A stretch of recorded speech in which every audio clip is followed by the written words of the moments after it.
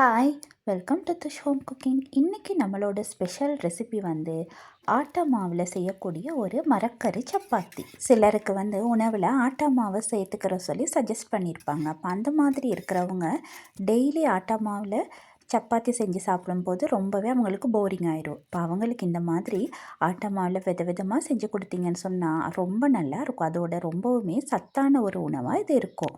எப்படி இந்த சப்பாத்தியை செய்கிறதுன்னு பார்ப்போம். இதுக்கு நிறைய வெஜிடபிள்ஸ் யூஸ் பண்ணியிருக்கிறோம். அதில் முதலாவதாக வந்து இந்த உருளைக்கிழங்கை சீவி கழுவி எடுத்துக்கிட்டு இந்த மாதிரி சின்ன சின்ன க்யூப்ஸ் மாதிரி வெட்டி வச்சுக்கிட்டேன். அதுக்கப்புறம் ஒரு பேன் அடுப்பில் வச்சுட்டு அதுக்குள்ளே அந்த உருளைக்கிழங்கு பீசஸை போட்டு அதை நல்லா அந்த எண்ணெயிலேயே ஷலோ ஃப்ரை பண்ணுற மாதிரி பண்ணி எடுக்கணும். பாருங்கள், இந்த அளவுக்கு வந்தால் போதும். அதுக்குள்ளே கொஞ்சமாக உப்புத்தூள் போட்டுக்கணும். இந்த அளவில் அதை அடுப்பை நிப்பாட்டிட்டு நம்ம எடுத்து வேறையாக வச்சுக்கணும். அதுக்கப்புறம் ஒரு பெரிய வெங்காயத்தை எடுத்து இந்த மாதிரி சின்ன சின்னதாக வெட்டி அதையும் அந்த மாதிரியே எண்ணெயில் போட்டு மெதுவாக தாளிச்சிக்கிறணும். அதோட கறிமிளகாய் ஒன்று எடுத்து இந்த மாதிரி சின்ன சின்ன பீசஸாக வெட்டி வச்சுருக்கிறேன். அதையும் அந்த வெங்காயத்தோடையே போட்டு தாளிச்சிக்கிறணும். நான் இப்போ எண்ணெய் கொஞ்சம் குறைஞ்சனால கொஞ்சம் சேர்த்துக்கிட்டேன். அதுக்கப்புறம் வெள்ளைப்பொடியும் சின்ன சின்னதாக சாப் பண்ணி இதோட போட்டு தாளிச்சிக்கிறணும். அது கூடயே போஞ்சு கொஞ்சமும் எடுத்து இந்த மாதிரி சின்ன சின்னதாக வெட்டி அதையும் நம்மளோட தாளிப்பொடியை சேர்த்துக்கணும். அதே மாதிரி கேரட்டையும் சேர்த்துக்கிறணும். கேரட்டையும் சின்ன சின்ன க்யூப்ஸாக வெட்டி தான் சேர்த்துருக்குறேன். இப்போ பாருங்கள், இது எல்லாத்தையும் போட்டு இப்போ கொஞ்சம் மெதுவாக கிளறி விடணும். அது கூட கோவாவையும் சின்ன சின்ன பீசஸாக வெட்டி அதையும் இதோடு சேர்த்துட்டு இப்போ இதை வந்து மீடியம் ஃப்ளேமில் வச்சு கொஞ்சம் குயிக்காக அதை அப்படியே ஒரு தாளிப்பொண்ணு செஞ்சு எடுத்துட்டு அதுக்கு கொஞ்சமாக உப்புத்தூளும் போட்டுக்கிறணும். போட்ட உடனே பாருங்கள், இந்த அளவில் வெந்து வந்தால் போதும். ரொம்பலாம் வேக தேவையில்லை. ஏன்னா நம்ம பச்சையாக போட்டால் சில நேரங்களில் எல்லா மரக்கறிகளும் நல்லா வேகாமல் வந்துடும். இந்த மாதிரி லைட்டாக நம்ம தாளிச்சிட்டு போட்டால் ரொம்ப நல்லா டேஸ்டியாக இருக்கும்.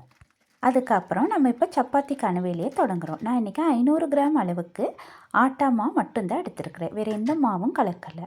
அந்த ஆட்டா மாவுக்குள்ளேயே நம்ம முதல்ல ஆற வச்சுருக்கிற அந்த தாளிப்பை போடணும். அந்த முதல்ல தாளித்து வச்சோம் தானே, அதை வந்து கொஞ்சம் நேரம் நல்லா ஆற விட்டுறணும். அது சூடாக இருந்தால் ஆட்டா மாவோட டெக்ஸ்சர் வந்து மாறிடும்.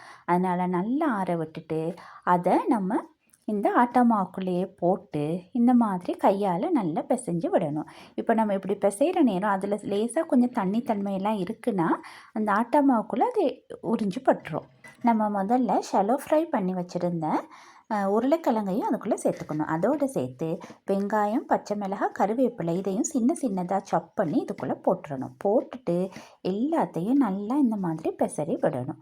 இப்போ நமக்கு வந்து அதுக்கு உண்மையாக தேவையான தண்ணீர் அளவு வந்து இதுக்கப்புறம் நம்ம சேர்த்துக்கிட்டோம்னா அளவாக வரும். பாருங்கள், இந்த மாதிரி எல்லாத்தையும் இப்படி பிசைஞ்சு கொஞ்சம் நேரம் வச்சுட்டு நம்ம இப்போ அதுக்கு தேவையான உப்பு தண்ணியை ரெடி பண்ணிக்கிறணும். நான் இன்றைக்கி உப்பு தண்ணி 2 டீஸ்பூன் எடுத்துருக்கிறேன். அதை வந்து நேரடியாக தண்ணிக்குள்ளே நான் சேர்த்துக்கிறேன். இன்றைக்கி 1 கப் அளவுக்கு தான் தண்ணி எடுத்துருக்கிறேன்.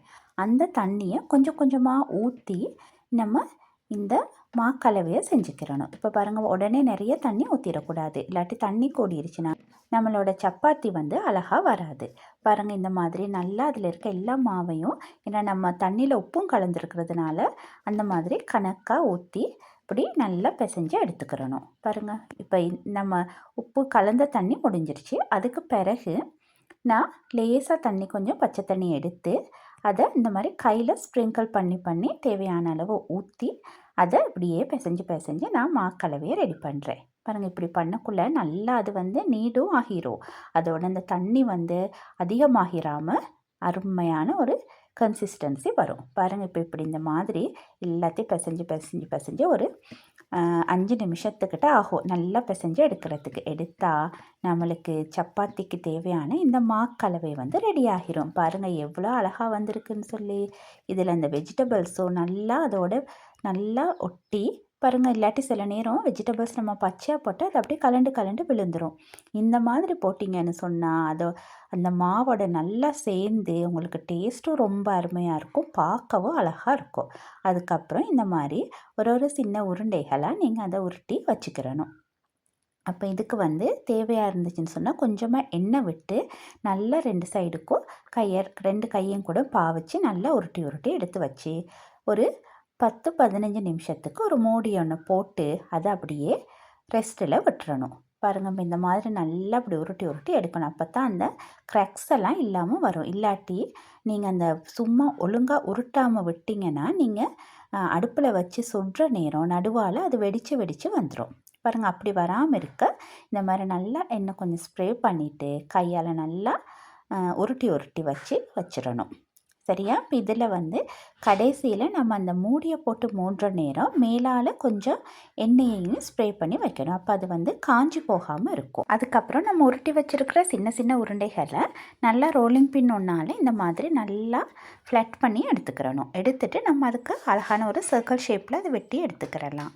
பாருங்கள், இந்த மாதிரி இப்போ பாருங்கள், இப்படி நம்ம ரோல் பண்ணக்குள்ளே கூட பாருங்கள் அது எங்கேயுமே வெடிக்குது இல்லை. அந்த அளவுக்கு நம்மளோட மாவு வந்து நல்லா நீடாகி பாருங்கள், உங்களுக்கு இந்த கன்சிஸ்டன்சி விளங்குது தானே.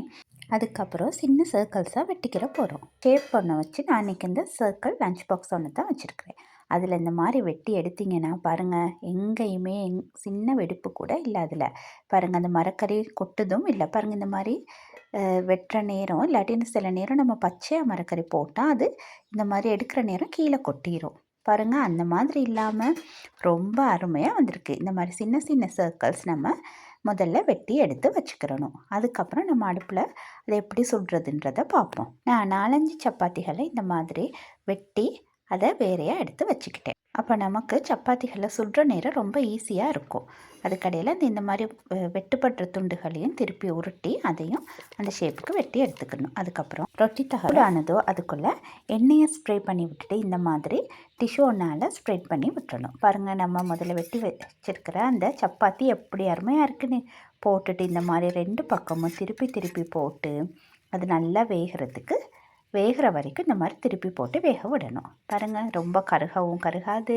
ஆனால் இதை நம்ம போட்ட பிறகு நம்ம பக்கத்துலேயே நின்று அந்த சப்பாத்திகளை சுட்டு எடுத்துடணும். பாருங்கள், ரொம்ப அருமையாக வரும் இந்த சப்பாத்தி.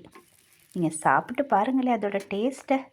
பாருங்கள் எப்படி இருக்குன்னு, சூப்பராக இருக்குது. இப்போ இதை வந்து நீங்கள் வெட்டி பார்த்தீங்கன்னா கூட உள்ளுக்கு சாஃப்டாகவும் இருக்கும். வெஜிடபிள்ஸ் எல்லாம் நம்ம ஏற்கனவே உப்பெல்லாம் போட்டிருக்கிறதுனால நல்லா டேஸ்டியாகவும் இருக்கும். பாருங்கள், இந்த மாதிரி அருமையான மரக்கறி சப்பாத்தியை நீங்களும் ட்ரை பண்ணி பாருங்கள். சின்னவங்க பெரியவங்கன்னு இல்லை, எல்லாருக்குமே இந்த சப்பாத்தி ரொம்பவே பிடிக்கும். பாருங்கள், இப்போ இதில் எவ்வளோ சாஃப்டாக வந்திருக்குன்னு அதுக்காகத்தான் நான் உங்களுக்கு வெட்டி காட்டுறேன். பாருங்கள், இந்த வயசானவங்க கூட ஒரு பிரச்சனையுமே இல்லாமல் சாப்பிடலாம். அவங்களுக்கு உடம்புக்கும் ஆரோக்கியமானது, டேஸ்ட்டுக்கும் டேஸ்ட்டாகவும் இருக்கும். இந்த மாதிரி இதுக்கு வேறையாக சைட் டிஷ் கூட தேவைப்படாது. சும்மாவே சாப்பிட்றலாம். எங்களோட வீட்டிலலாம் சும்மாவே சாப்பிட்டாங்க. அதை ஸ்நாக் மாதிரி சாப்பிட ஆரம்பிச்சிட்டாங்க. நீங்களும் ட்ரை பண்ணி பார்த்துட்டு சொல்லுங்கள் எப்படி இருந்துச்சுன்னு. இந்த ரெசிபி உங்களுக்கு பிடிச்சிருந்துச்சுன்னா தோஷ் ஹோம் குக்கிங்க்கு ஒரு லைக் ஒன்று போட்டுட்டு சப்ஸ்கிரைப் பண்ணி சப்போர்ட் பண்ணுங்கள். தேங்க்யூ.